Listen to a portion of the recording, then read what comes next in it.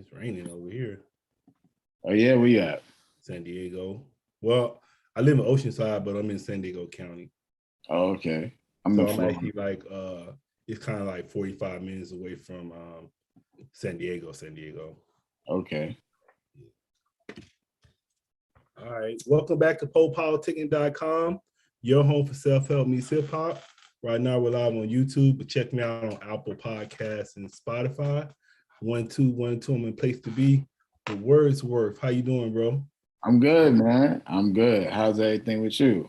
I'm good, man. Let me change your name on here and then we'll get started. I'm good. So I learned something new today. I was doing my research because I try to I try to make sure I research the guests before I get started. So I learned that you did you get your name from, I saw an 18th, 17th century poet named William Wordsworth. So did you get your name from him? Nah, I actually got it from the cartoon Heathcliff.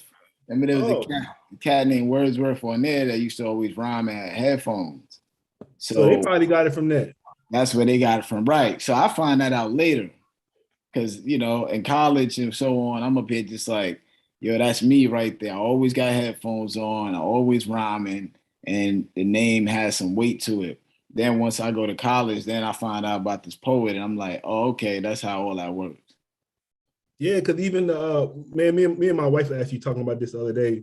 We was watching the cartoons and shit, and I was telling her I like Garfield. And then she was like, man, I never liked Garfield. Garfield was lazy as fuck, but he flipped about that life. He flipped out in the streets. yeah, for real. And that's watching that, it just made sense. It just made sense. Like it's almost like the dude Wordsworth in that group was like almost basically a hip hop dude. He rapping, rhyming, and talking. He got headphones on. So it just made sense for me at that moment. Yeah, and that's why I'm kind of like I'm big on so I don't watch a lot of like movies or television, but everything in them, like if I watch a movie, I know that everything in that movie is for a reason. Because even like that Wordsworth, that's why they probably know. And then especially if he's rapping under there, he's a poet. So it's like they put everything in there for a reason. Ain't nothing that they do that don't be a reason behind it. Right. A lot of subliminal messages and things like that you can pick up. All right. And then you from Brooklyn? Yeah, I'm from Brooklyn, man. I'm from Kensington, Brooklyn. And yeah, man, that's where I'm from originally. And, I'm in Florida now. And yeah, I've been here for some years. So it's been great, though. It's been great. How you like in Florida? When I first got here, I was like in a culture shock with it because it was so fast paced in New York. And then I just kind of like, once I settled in, and started actually looking for things to get into, that's when I realized it has a lot of similarities as far as this. If you want to go to open mics, you find open mics. You want to go to a studio, people got studios. So you just got to kind of like not mind moving and changing your location and then go look for what you into. I just had JT Money on a little while ago. So what about you? You big on like the Luke, Poison Clan, music? JT Money was on Lyricism Lounge album Volume 2. Okay. So I know about JT Money, but of course I knew about him before that, but he was on that Lyricism Lounge Volume 2. Yeah, let's just go and get into it, man. Actually, a little while ago, I had Thurston Howell on. I interviewed him a little while ago. I think it was last year. Yeah. So he was talking about how it started from his point of view, but I would like to know from your point of view how Lyricist Lounge started. Well, the actual Lyricist Lounge was just an event. Danny Castro and Anthony Marshall, they started holding events around New York City. And it started off in, I believe, in like one little small venue that they had. And then it became so popular, they was giving unsigned artists a place to shine. So the Lyricist Lounge actually would be in various places throughout New York. You get a flyer and you're like, the Lyricist Lounge is downtown Friday. The Lyricist Lounge is midtown Friday, So that was a function that just bounced around town. And then years later, it wasn't until like recording the Lyricist Lounge album when we started doing like, the freestyling and everything during the recording of that album. That's kind of how it took birth. That at that time, it took birth to become a TV show. Oh, so the TV show was kind of like the finish line of it. Yeah, it was just really like how the TV show came about was during the recording of the first album, we were doing these interludes. So if you have the first album, there's some interludes on there with people rapping. So at that same day in the studio, you had about 30 rappers there all at one time, you know. So there's no way you're gonna have 30 rappers in a room and nobody's rapping. You know what I'm saying? Because it's such a competitive thing. So at that time, my boys Wise Guy and Gaston always had beats, and everybody knows them around New York. I have a radio, always had a radio and a camera. Since then. So at that time, I was just like, well, when this camera come to me and the beat come to me, I'm gonna do something different. So I decided to do a tutorial teaching people how to rhyme at home. And that tape, and then everybody in the room actually started asking me questions in rhyme. I was answering them in rhyme. Thurston was there, a whole bunch of people was there. And then that tape circulated and became The Professor.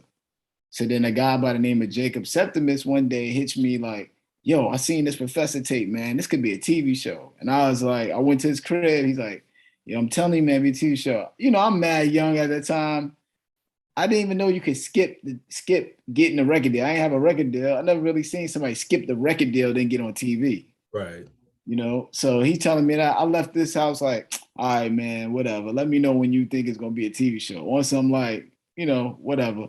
Yeah. Lo and behold, like maybe days or weeks later, we got audition for a pilot.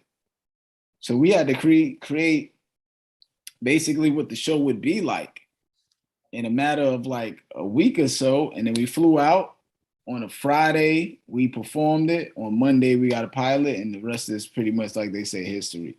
And we had a TV show, 2 seasons. And I would say, how would you describe Lyricist Lounge to the younger generation that might have missed it? It was an open mic showcase at times, but it was actually a showcase for unsigned artists. So it would automatically have these unsigned artists. But what was smart about what the Lyricist Lounge did is they would have unsigned artists, but then the host would be somebody known. So now you come into the venue like, oh, all right. So, you know, Q-Tip is hosting or whoever else they had hosting. And you're like, all right, so this must be a legit event. Yeah, because you like co-signing them basically. All right, it's a co-sign to some people he never heard or she never heard. It depends who's hosting. So that's how it would, and then it would just be different places all around the city. And that's how most of us met.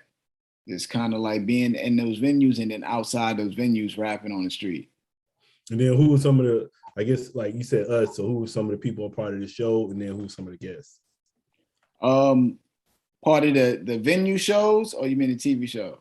Yeah, the TV show. Oh, part of the TV show, it was me, Master Fool, Power, Tracy Ellis Ross, who else? Thurston was on the second season with us. Most Def, you know, who else was on there? I'm trying to think of, Heather McDonald, which is a very famous writer nowadays too. Everybody kind of like spun off, so which is dope. Mike Ricka, that's what's dope about the show overall though. Like, and then Invincible, Sugar T, who else? Man, Sugar T was on Lyricist Lounge? Sugar T was on there, my boy Abnormal. Some of the guests, MC Light, Slick Rick, Snoop Dogg, The Brat, CeeLo. I mean, it was just like crazy, man. It was just crazy, man, to be there. Big Boy, Crazy Bone. I mean, it was all star caliber of talent all the time. Yeah, because I would say Sugar T is kind of like when we got a show called Just Two Black Brothers, me and my DJ, and she's always on the show, but we never asked her about that. I had no idea she was on, because you know, most of the time you think it's just mostly East Coast rappers on the show. I didn't know she was on that show. I gotta ask her about that. She was on the first season. Of the Lounge. Yep, she did the first season. And then I can't forget Cobra Red. Other Five Footers, I believe that was the group she was in. So yeah, it had a lot of it had West Coast. We had West Coast and East Coast on there. We had Cobra Red is West Coast too. Cobra Red, Yeah, we had a good mix. Beretta from Detroit. Can't forget, there's a lot of dope artists. Yeah, I can say actually. So with PoPolitickin, I'm working on turning it to like a hip hop museum. Right. So I think like Lyricism Lounge is like shit. Say you going through the museum, you gonna find like what's this? So how do you feel about that? Like basically, you have something that like is etched in hip hop culture history for forever. Really, if people really know what they should know. I'm always like honored and not really understanding what it is. I just kind of like make sure I keep going forward. I remember when I was younger, I used to not want to reminisce because I always, people that used to reminisce so much were people that kind of like stopped. So that's all they had to talk about. So at one point, I just was not into reminiscing. Now that I'm older, I love reminiscing, man, because I'm like, yo, I can't believe we did that and we was doing this and that. Because, I didn't really understand the value of those memories at that moment. So I definitely you got to cherish those moments, and just make sure whatever those moments are that you're making to enjoy them. That's kind of how my vibe is of for looking at what I did then to now. It's just like understanding like, okay, you're doing something because when you're in it, you don't really know you're in it. I'm like just rhyming, like, all right. And then somebody say, yo, it's gonna be a TV show. All right, yeah, all right. Come on. So, be in the moment and enjoy the moments, man. But Yeah, definitely. I was gonna say I know that with like what they say like enjoy the roses because I know like sometimes like even like say I'm talking to you. So instead of talking to you, I could be thinking like, who I'm interview next? I should just be talking to you. Shit, I might die for this interview. Right, Shit, right. I don't know. So it's like shit. Why do I just focus on you instead of somebody? They broke it down and they said when you focus on the past, you get depression, and when you focus on the future, you get anxiety. And I was like, okay. So Yeah, that's kind of wild, man. So I just say focus on the moment at hand, but celebrate your past wins and let that inspire you to have some fuel for the future. So that's kind of how I move.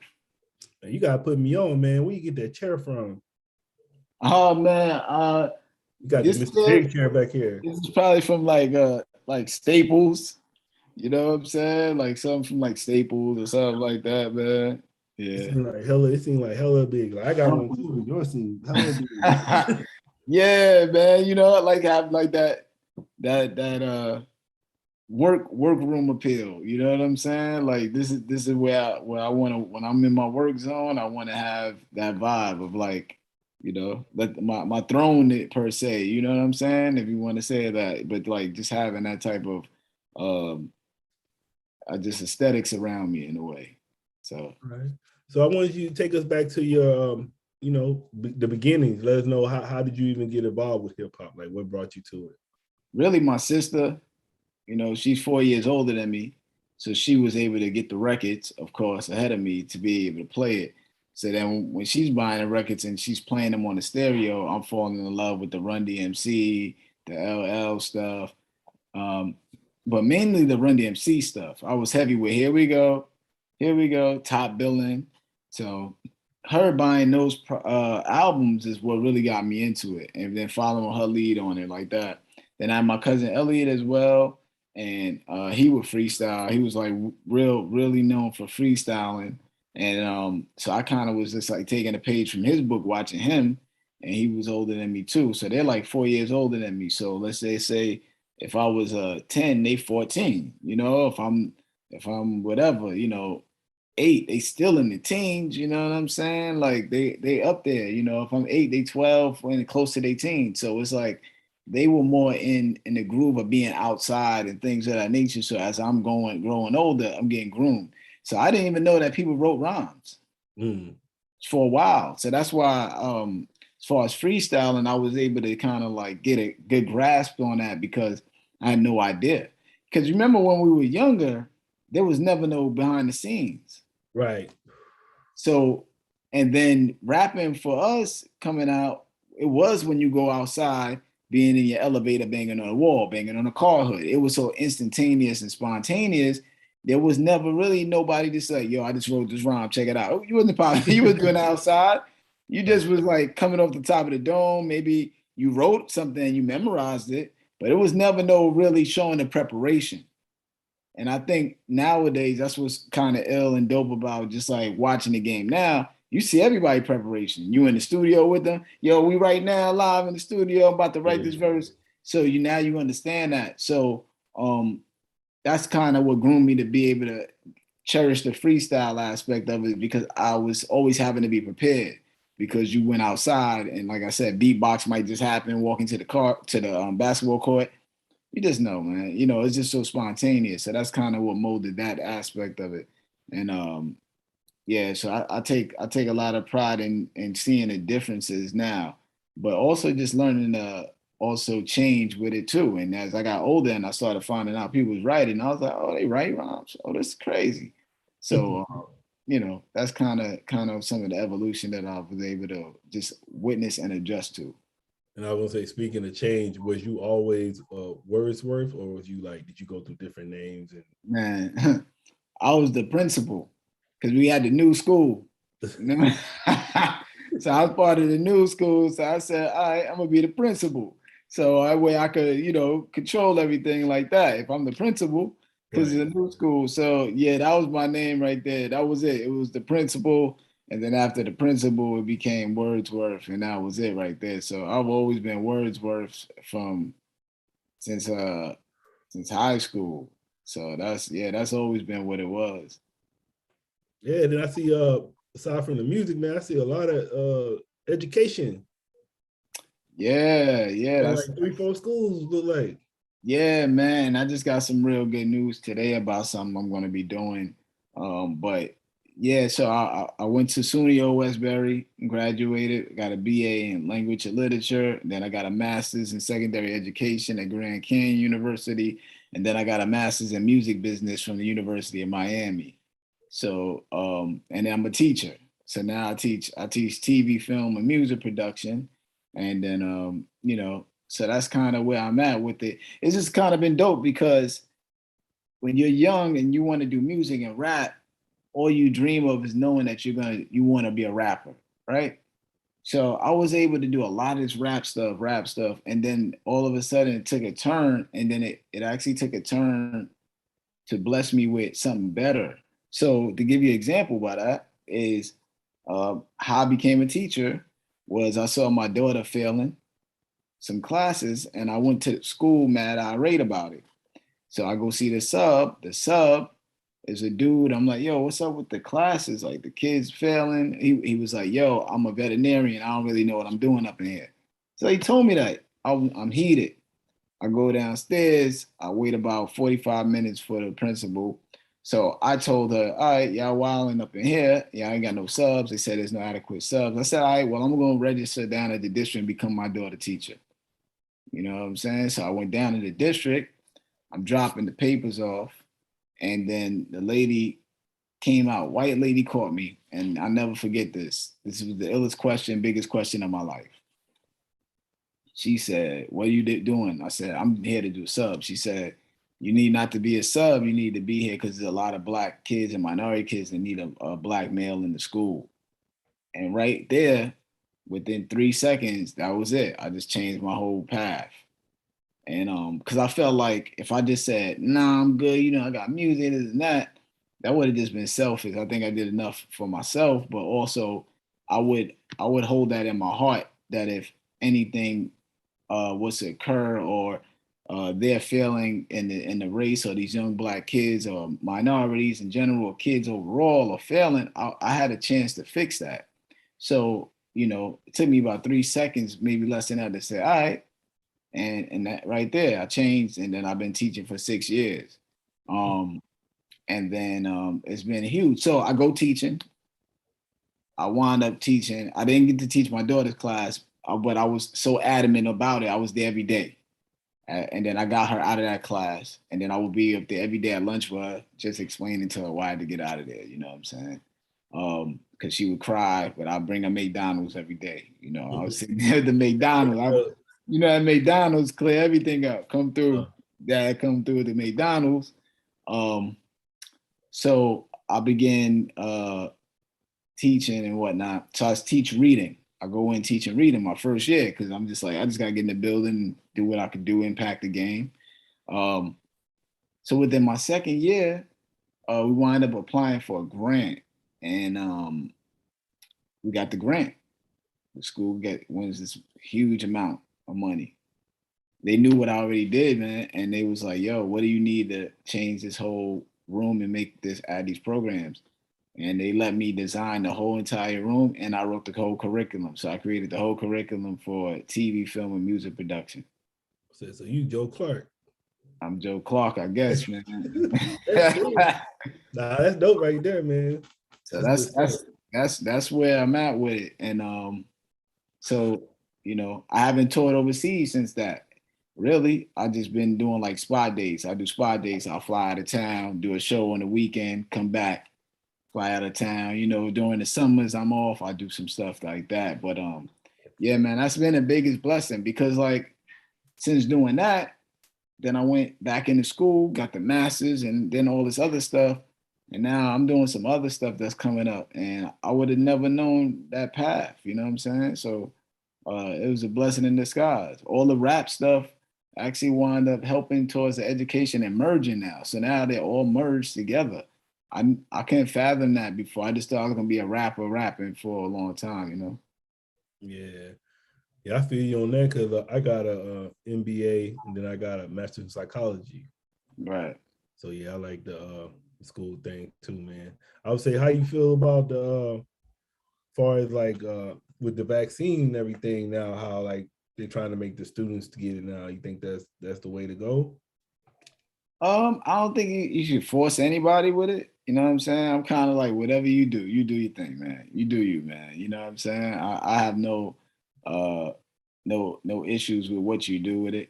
My thought is like, I know when it was at high alert, I was not having nobody at the crib, and I know it was vice versa. Whether you was taking vaccine or not, everybody was on shutting down the crib. You know what I'm saying? Right. That didn't matter what you took. You know what I'm saying? That way everybody shut down their crib. So I mean, I think it's just like at my school, it's like optional. You don't got to wear a mask if you don't want to for the kids. You can opt out. I got no problems with that. I got no problems with either or, man. That's how I roll with it. I'm either I'm masked up all day in the school with it. You know what I'm saying? I'm vaccinated, so I just roll with whatever my decision is. I feel best for my family, and everybody got to do theirs. So that's kind of how I roll with it, man. I know people that's not vaccinated, and I don't get into there's no back and forth about it. We ain't even talking about that. You know what I'm saying? It's just it is what it is. And then I know, like I was talking to you earlier, I had JF on the show, and I know y'all got a new project that's come out, Undivided Attention. Right.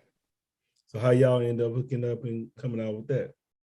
Me and JF, well, we met 20 years ago. Yeah, 20 years ago. So this is how I met Mass Ace.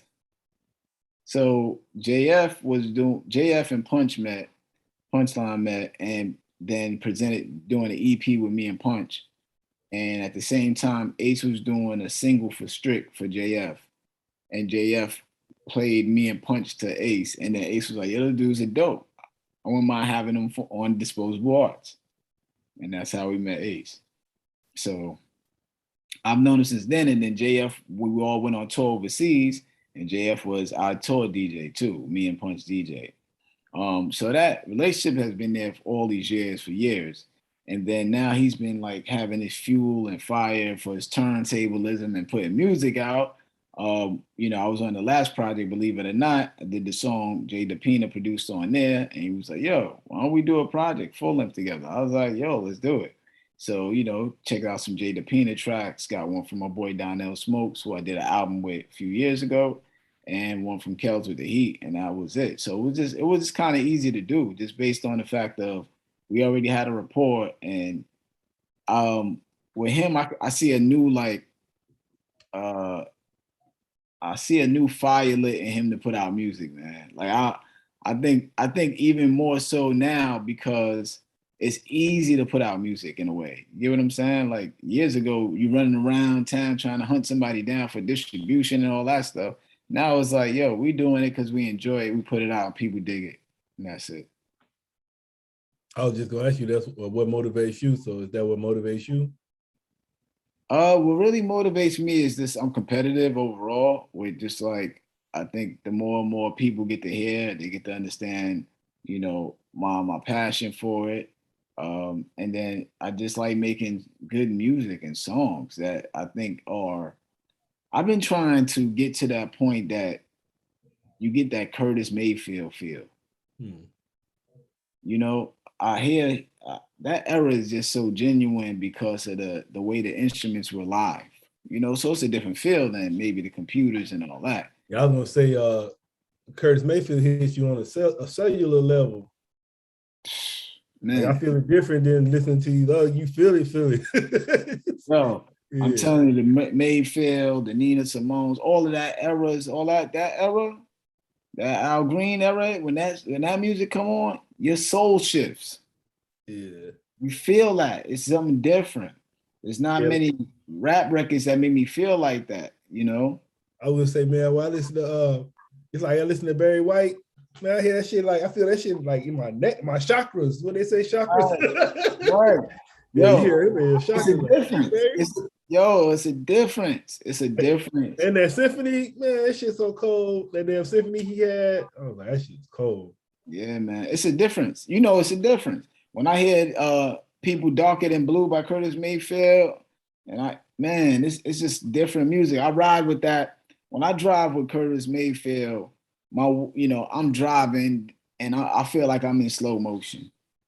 Uh, Because I'm observing everything, got me in that vibe of just observing everything going on because it gives you like that cinematic feel listening to what's going on because what he's saying is matching what's outside when you're watching. It's a lot to it. So I'm just in the search of that. So I think like I make music that feels good. And then I'm sure there are songs that hit people like that. People tell me there's certain songs that hit people like that. So I make songs that I feel hit like that in different arenas. I wouldn't say they encapsulate the whole Curtis Mayfield feel yet. I don't know if that's where it is, but I do feel like I'm making music that is soul shifting in certain arenas. But that's my drive. Is just trying to make soul shifting music. and I said, I think I saw you use you got a book, you put a book out. I I think got a I saw book. that. Yeah, I got a book and it came out last year. It made it top 10 poetry releases on Amazon. Okay. So yeah, it's called Name of oh yeah, you got it. What Words Are Worth, Volume 1. It's on Amazon. And I got another book coming out in February. And yeah, that one is basically like if you were able to ask Shakespeare what he meant when he wrote a rhyme.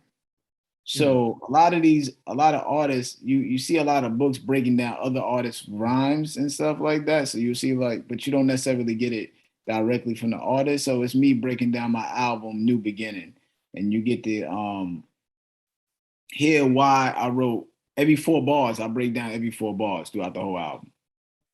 So Okay. Is it just is it written or did you make an audio book too? I did an audio book. That audio book is on Bandcamp. Okay, cool. I actually have the audio version. Yeah, I have the audio version on Bandcamp, and then I'm gonna work on getting it on Audible soon too, as well. Yeah, Audible just got me for 140, man. Shit.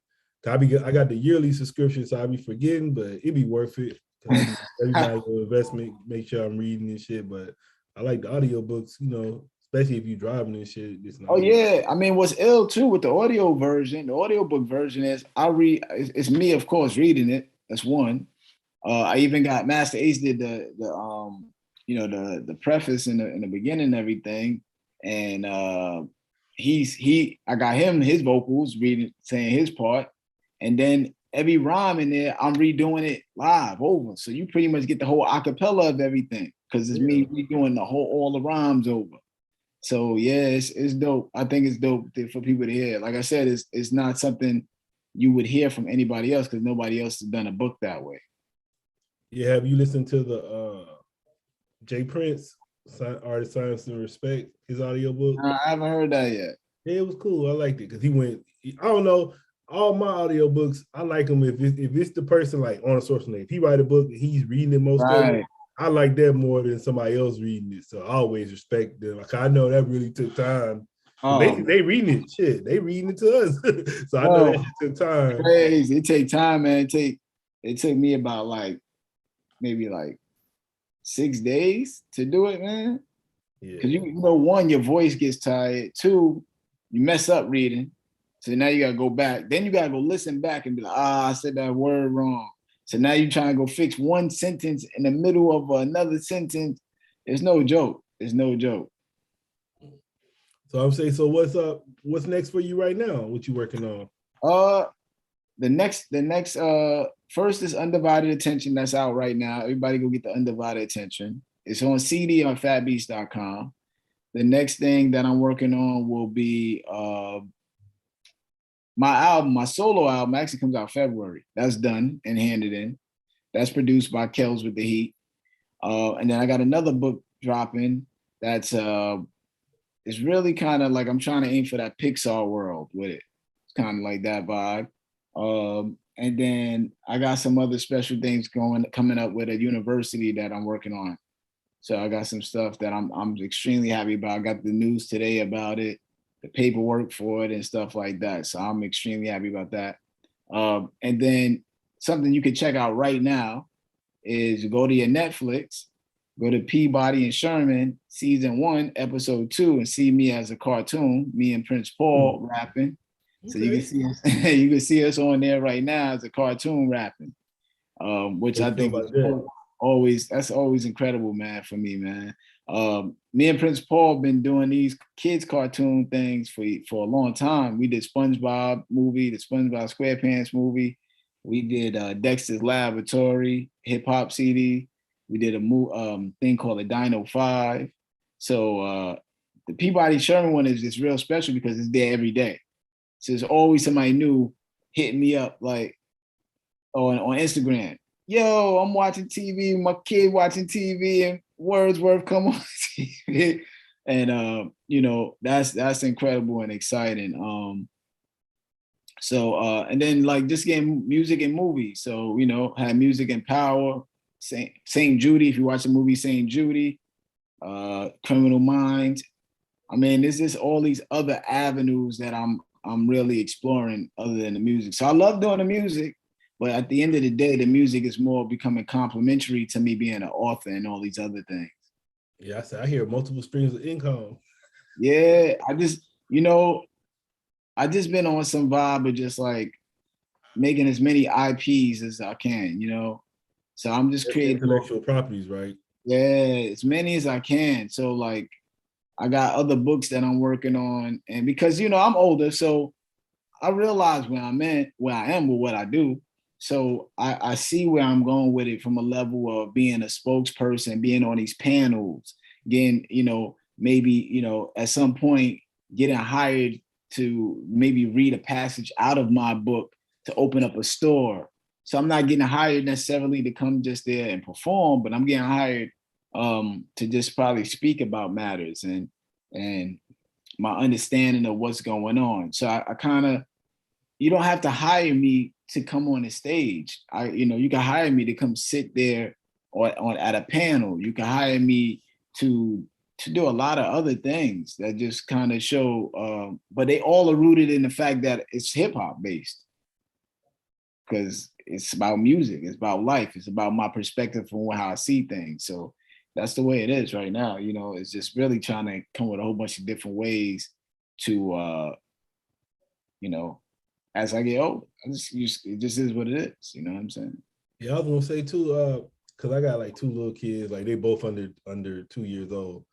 So we be trying to make sure like we like showing like even with television, like we're showing them like more like Black cartoons and stuff like that. So we know there's not a lot of stuff out there. So that's I know that's a market right there, because just like with cartoons or even like children's books or even toys, they don't make a lot of stuff for Black people. I was always wondering why, like years ago, I was like, man, why isn't there a Black cartoon in the morning on BT? Always, right. always been automatic, huh? You know, because when we was younger, I remember coming home and waking up every Saturday trying to see Transformers and all these cartoons on a Saturday. And I'm sure there were kids still doing that for years earlier, past years or whatever. Now it's kind of different.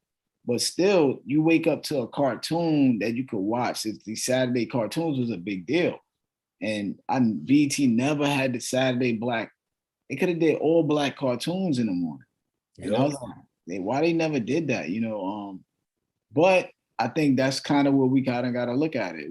Whatever we complain about, I'm very big on that. Like whatever I complain about, I'm on some filling that void with something that I can come up with, or getting to a place or talking to somebody in that arena to make the change.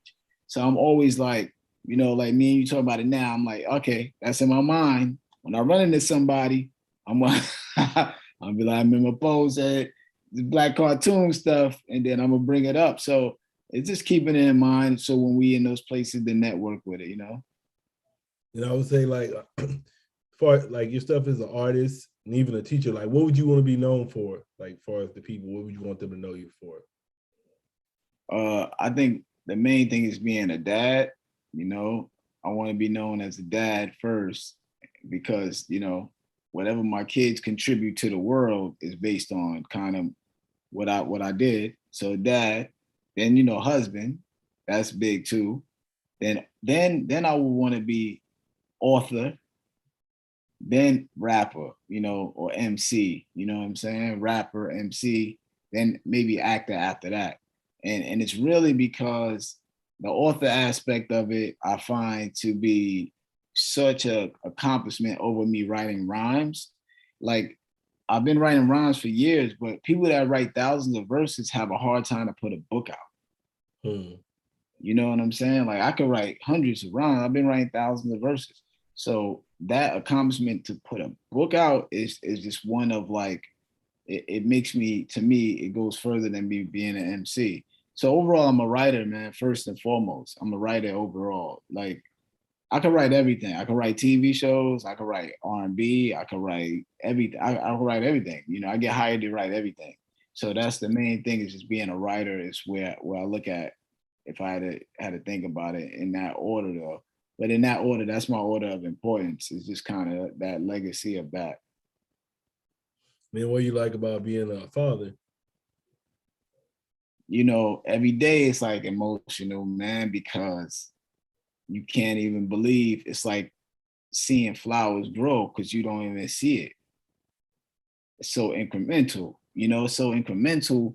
But then when you start noticing the flower blossoming, now it's like this big, you like, yo, that's crazy. So it's every day it's like watching the flowers grow. What are some tips would you give to fathers?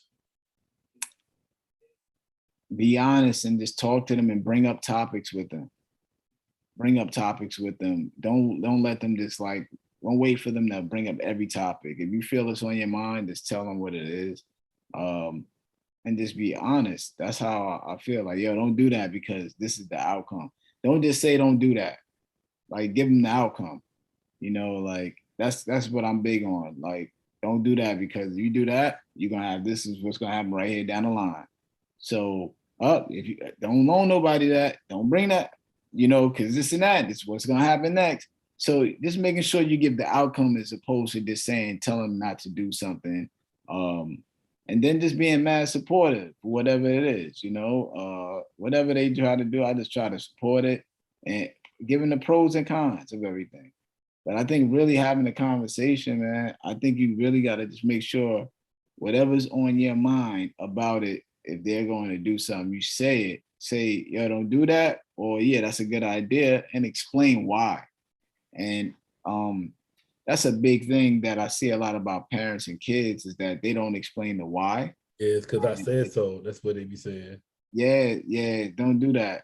It's the why is heavy, man. I'm gonna tell you, one day I went. It'll be 5 whys. In business, it's 5 whys. Yeah, why, man, is like, one day I went back home, Brooklyn. I see my boy and I explained to him some conversation kind of came up to this, whatever the case.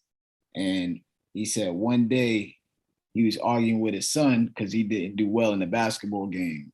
He walking home with his son, and they get in an argument like, yo, why you ain't scored this and that, you know? And his son said, yo, because he said it was crushing to him. He said, because you always told me to play basketball, but you never came out to the park and showed me how or why. Yeah. Screamed on his dad and let him know. He said, yo, that crushed him, because he just realized, like, you know, when you got athletes and if you raise athletes, you're pushing them.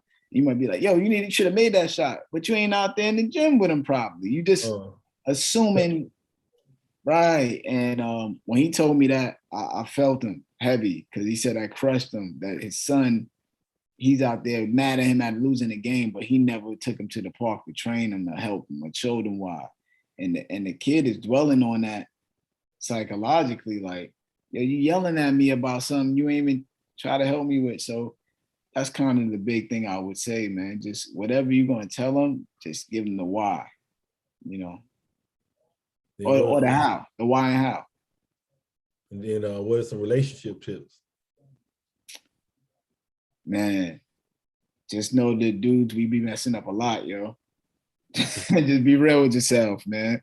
Be real with yourself as a guy, man. Like, we so caught up in the hustle that we miss sometimes the time and the little things, you know. So just be real with yourself. Like, you know, when you're falling off, you just gotta be real with yourself and catch yourself falling.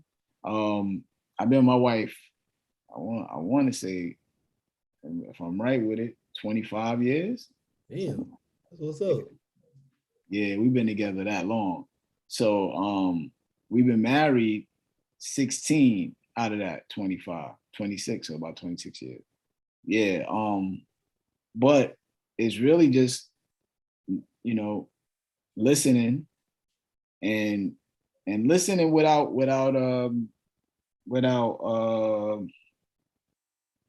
judgment.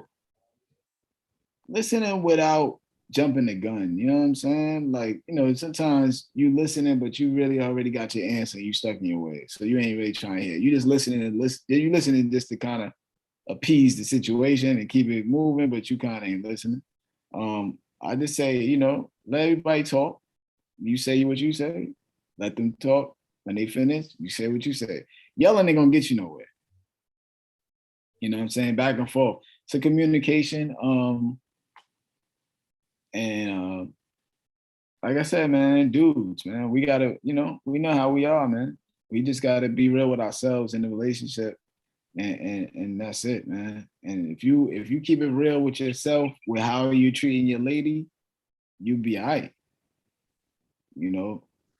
And that's how I feel. Like, yo, if you doing everything you supposed to be doing, you gonna be fine. Cause you know, see, you want me to go deep with it, but it's real though.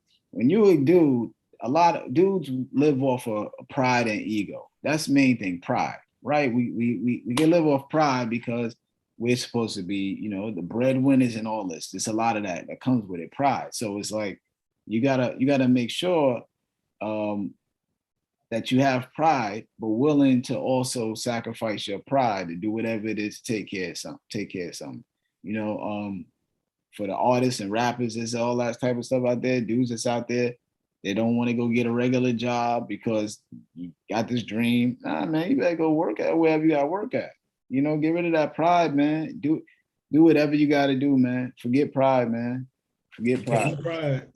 You hungry? Pride ain't gonna do nothing. Pride, man. Don't have pride, man. Don't have pride. There's nothing wrong with being wrong. And what is your definition of success? Man, I would say home ownership, and then teaching my kids about home ownership and credit, and knowing how to save money, and me being able to have them save their money and not have to use their money when they work and stuff. They don't got to pay for nothing with me. I don't nothing to save your money. Because then that way, at that age and stage that they are, they'll have way more money than I did at that age. But now they know what to do with it. You know what I'm saying? So it's just really, I think that's what how I measure success. It's just like ownership, telling them about publishing. So that way, anything down the line, all my stuff goes to them, all the money goes to them, and knowing not to ever sell my publishing. Don't let nobody take, like stuff like that. Knowing these things that actually last generationally. And that's success for me. They have in a house when it's all said and done, they can chill and then live out their dreams knowing that they got a roof over their head. A lot of us come up with this pressure of paying the rent and hustling for the mortgage and this and that. And some of us still do it. I mean, I work every day to pay mortgage still, you know what I'm saying? Stuff like that. But like the pressures of it, you want to alleviate that from the kids and generationally, right? So one of the main things I always say is like, I want to have grandpa's cabin, because a lot of other families have that. The white rich families might have that, so I just want to have a grandpa's cabin, man. And that's, like a lot of rich families that are well off always have a cabin in the woods that they can go on vacation. You know what I'm saying? Like, we got this shit out here called Big Bear. Yeah. You know what they do too? They only be there for like what, twice a year, and then when they ain't there, they rent that shit out the rest of the year. That's what I'm saying. So like a lot of people generationally having generational wealth and things like that have these cabins and homes and stuff like that. So it's just like I wanted to have grandpa's cabin, so that way they can always go away 2 weeks out of the year, and then the other family members could use that same spot. You know what I'm saying? So that's success to me, man. Is the no worries about roof over your head and go do your dreams and know you got somewhere to come back home to. Yeah, I want to say, why is home ownership important? Yeah, because once you own a home, the taxes, you can come up with the tax money probably just working a part-time job for like 2 months. You know what I'm saying?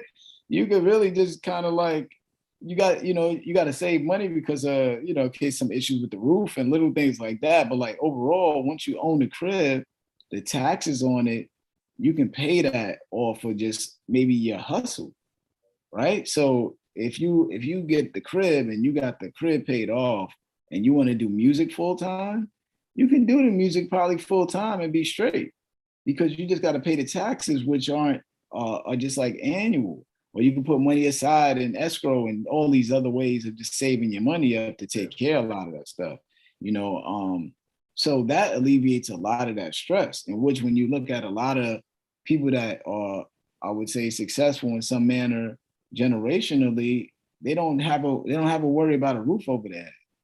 They pass it down to the kids. The kids got their house already. They got this place to live. So the less stress that you have with having a roof over your head allows you to kind of spend more time in those arenas of your creativity and pursuing some other goals. So that home ownership situation is very, very key. It's very key. Very key to going forward as a community. That's what you teaching the students at the school? Oh, we talk real stuff, man. I'll be like, yo, we're gonna pause for the cause, man. When I hear stuff, when I hear them talking about stuff, they don't really have no idea. Today I did a pause for the cause because I take the kids on a trip to the Apple store. I don't know if people know that. You can take the Apple store has trips. So I work at a school. It's a Title I school. It's a majority minorities and Hispanic at like 60% or whatever. A lot of the kids, low income, they don't really get to venture out. You get what I'm saying? They the block is the world to a lot of them. So it's dope when I took a group of kids to the Apple store. Never been to the Apple store. They know how expensive the products are though. They know like if you got an Apple computer, they look in awe at it, right? So it's today one of the kids, actually the kids was like, yo, we going field trip. I said, yo, I'm gonna try to take you to the Apple store. How many of y'all never been to the Apple store? A lot of hands went up. We talking about 8th graders, 7th graders, and 6th grade. They all sit in one room with me. And when I teach them, it's all the grades mixed. So you got 8th graders and kids like raising their hand. One kid goes, y'all never been to the Apple store? I said, yo, see, I said, here we go. I'm give you perspective, man. So I had to let them know. I was like, yo, you do know that all the kids that raised their hands have been places you never been. So you're saying that like it should be easy for them to get there in places like that, but everybody in here has been somewhere or a different place that you never been, Right. and he didn't think about it like that. So I do a lot of those like lessons, and I just like I said, I do a pause for the cause. Whenever I hear a conversation about something when it's kids that don't understand empathy, you know, it's hard for kids to understand empathy at such an early age. Sometimes they know what sympathy is. They can have sympathy, but they lack the empathy because they don't really know how it is in somebody else's shoes until a perspective is given for them. So that's kind of where I'm at with it. Just trying to always show them how to empathize with each other. Yeah, I think I got that shit too much, man. Because sometimes, like, say if I watch that Make a Wish with the kids, man, I be about to cry and all that shit. I be like, damn. So I be like, I think I got too much empathy. I'll be feeling people like sometimes. Say if I'm watching, you know how people hurt their leg and shit. I feel that shit like I hurt my leg. I'm like, oh shit. Me hurt this shit. Like, damn, I can feel it. Because empathy. If somebody had to ask me what's one thing to study in school, like I wish kids can empathize, because that's where all the disses come from. Like, oh, you got on the rejects, you got on this and that, because they don't have no idea how it feels for their family. They probably couldn't afford that for that kid. You know, it's a lot of that. That empathy is one of the biggest words that's missing in the vocabulary, and kids don't know what it means. I asked them, I said, "Y'all know what empathy means?" They didn't know what it means. So explaining it to them, I think it's very big to explain it. And then what advice would you give to new artists? Just try everything, try every style. You know, don't stay confined. I mean, it was a time when if you tried a new style, everybody hated on you. Like you give people one way, and then everybody was like, as soon as you try something new, everybody's like, nah, I ain't really feeling that. You doing this now, or she doing this now. So try everything. That's what I would suggest. Try everything. Whatever sound you like, try it. So what new MCs you be liking? You listen to? Oh, you know, I like Griselda, because you know they be saying some crazy stuff. Man, you know, Benny and Conway and them, man, love listening to them. Man, who else am I listening to? I'll be posting people that I like. I think that is a kid named Jay Ski. I think he's down with Griselda too. A lot of the Griselda acts, they got people that got bars, you know. So I would say I stay in that realm of people that I listen to that's gonna make me want to write. So what do you think about Lil Nas X? I'm all right with. I mean, it don't bother me. I don't listen to Lil Nas X, so he doing what he do. It don't bother me. I was like, the other day I saw now it's like they got him working back with Elmo again. So I'm like, the hell? So because it's like you know, when he first came out with the Old Town Road, he wasn't pushing that gay stuff that much. Now he's like pushing it hard. Like I even see Uber commercials with him and Elton John. So I'm like, damn. But now, so I'm like, man, what they got to do doing? I was like, I don't even know. I think like for him, like how you say when he first came out with the Old Town Country Road, it wasn't really that much notoriety about it, if not any at all. I think being so young can be manipulated in some ways, maybe also as well, because it's the industry, which they're trying to make money. So they're gonna have you do outlandish stuff, and then depending on his mindset, he's gonna exacerbate it. Like, because you know, still young. I mean, that's a young kid. If I'm right, that's a young kid. So you in the industry, you're gonna wild out with it, and then maybe years now down the line, get older and be like, I was wilding back then. I ain't really, you know how many stories we heard of that anyway. And it ain't got nothing to do with Lil Nas X, just a regular artist that was like switch their style or did something crazy, and they'd be like, I was tripping back then. So I don't listen to his music like that. Of course, I know the Old Town Country Road, but it don't bother me enough to be paying attention to that. I just pay attention to what's gonna inspire me to make music. Did you have to go through that? What you were saying? Because you were saying like they be trying to like industry pressure or anything, or you had to go through that? I went through that for sure when I first started rapping, on the basis of people thought I was into this just like punchline rapping thing, battle backpack rapper, right? It wasn't, but I knew when I did my first album, Mirror Music, I just made sure that I became more of a storyteller. So I intentionally started writing more story rhymes. I was so story driven, and then I was able to shake that tag off me, and I became the storyteller, which keeps me here, which is why I'm here to this day, is because people identify me with storytelling. And if you can tell a story, stories is the core and essence of making a song. Mm-hmm.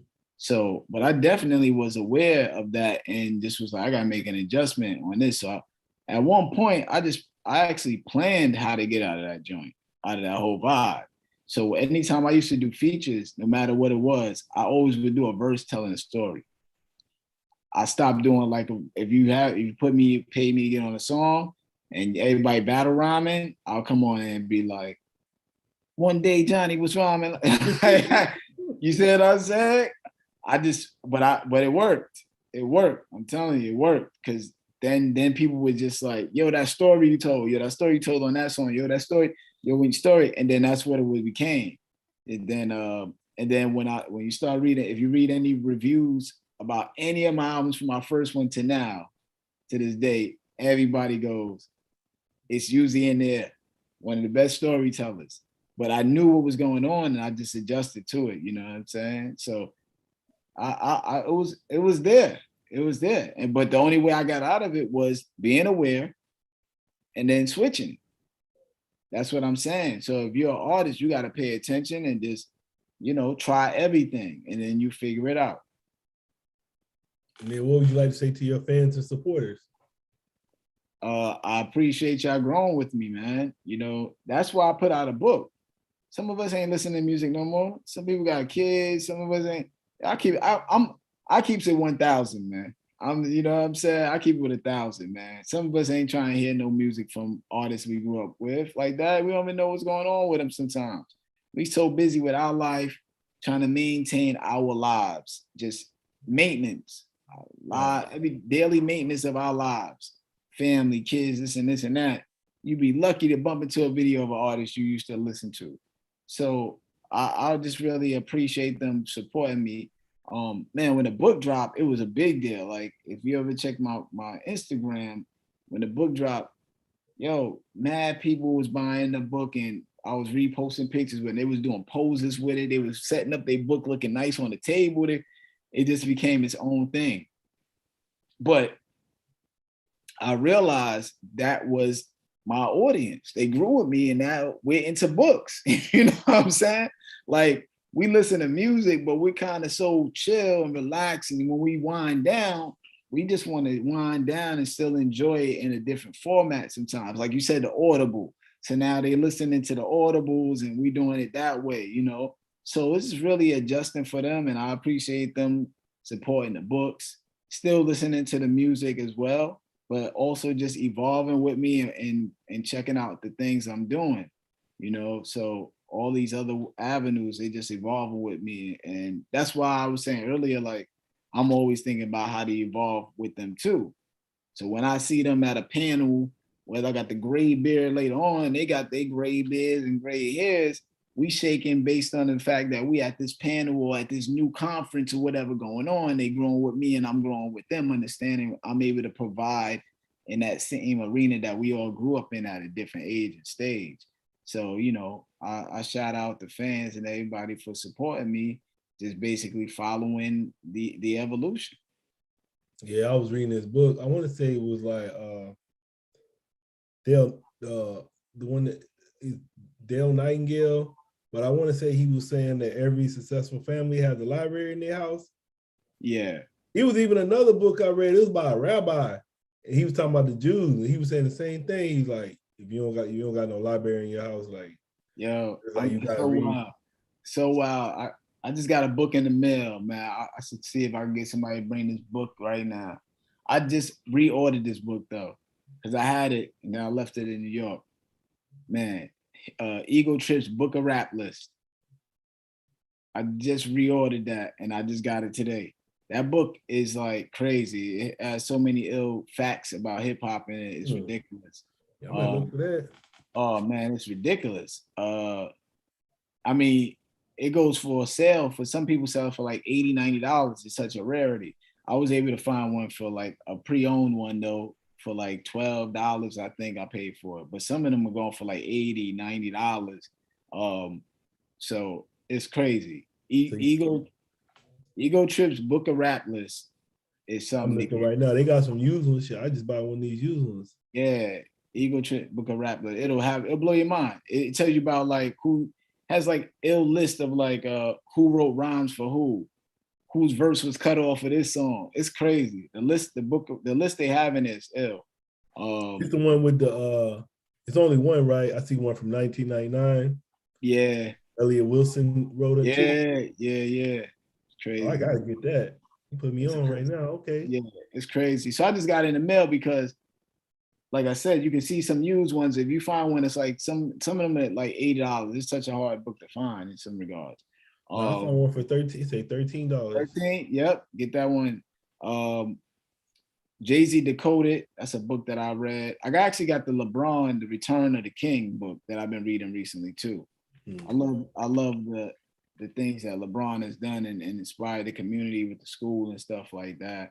And like going back home and saying like, I'm gonna go back home and win a chip. That's super hard to do.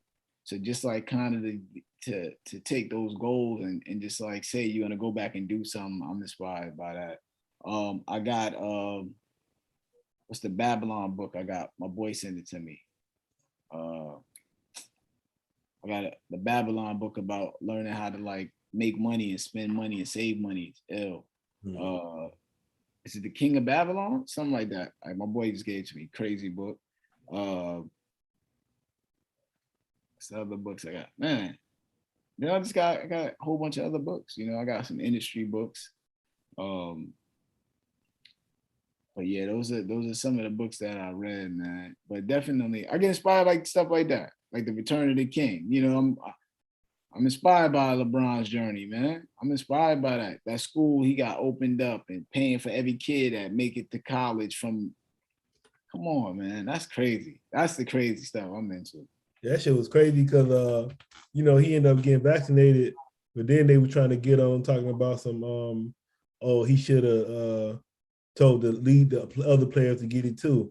Yeah. Man, he ain't got to do that shit. They be trying to make him do everything. yeah. They want him to say everything earlier and all this and that, man. That shit crazy. I stay out of that. I just want some vibe of like he opening up schools and scholarships for every kid that graduates, goes to college from that school. If you started that school and you end up going to college, it's paid for. You know what I'm saying? Like, man, it's a lot of unbelievable stuff I get inspired by, man. Just like, you know, inspired to aspire, you know? Yeah, I might have to move out there so I can get my kids in that school. Yeah, man. I'm gonna move to Akron real quick. Shit. Yeah, man. And then like looking at that school, I remember I applied to that school too. And they was digging the situation, but I was just like, that's a whole new move, you know, if I was to go that route. But I definitely applied to that school. I was so taken away by it, you know, like, man, this is crazy. So all right, man. I want to say thanks for coming through politicking with me. Yeah, thanks for having me, man. Just great time, just kicking in about everything and anything. That's what's up. You got anything you want to leave your like social media and everything? Any shout out? Yeah, hold on 1 second. I got this book real quick.